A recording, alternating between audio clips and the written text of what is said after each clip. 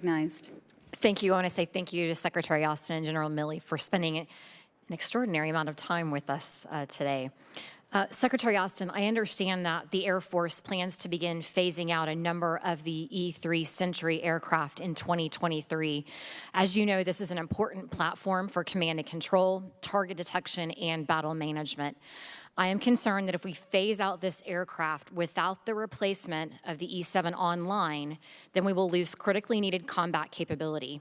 I'm also concerned that bases like Tinker Air Force Base would experience a decline in associated institutional knowledge, readiness, and workforce proficiency if we can't transition this workforce to the E-7 concurrently.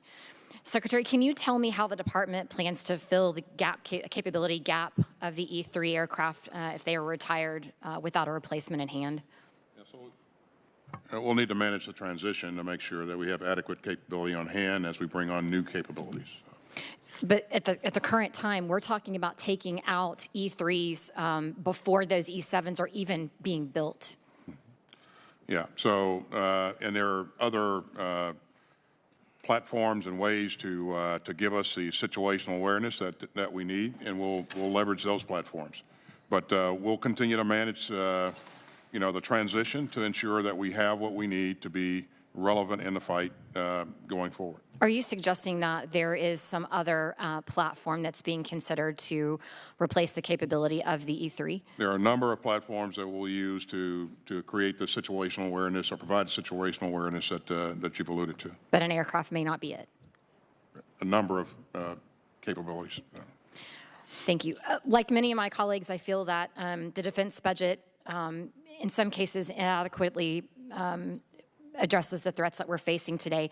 I very much appreciate the pay increases for our service members in the budget, but as has been mentioned many times over, the pay increase does not actually cover the current cost of inflation.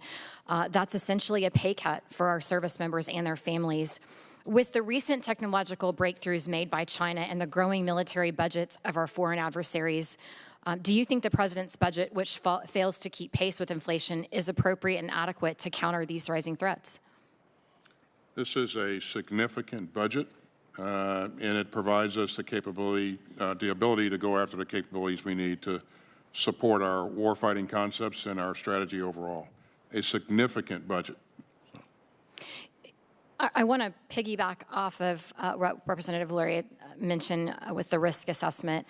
And General Milley, if you'd like to comment on this piece of this, the conversation has really focused on military readiness and or military equipment.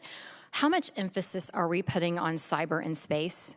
I think that's a piece that in some cases is maybe being put on the back burner. I remember in the opening testimony, I think there's $2 billion that's being invested.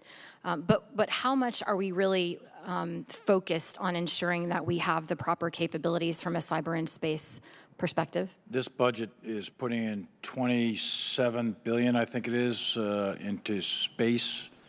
That's just space specific, and then there's probably additional monies throughout the Air Force and Space Command and Space Force beyond that 27, and then I think it's 11 or 12 billion into cyber. So I think that's pretty significant investments in both of those domains.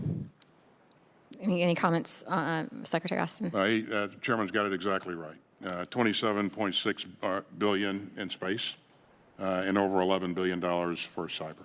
Do you think that $2 billion for AI is adequate? I do. Okay. I do. Thank you. I yield back. Mr. Panetta is recognized.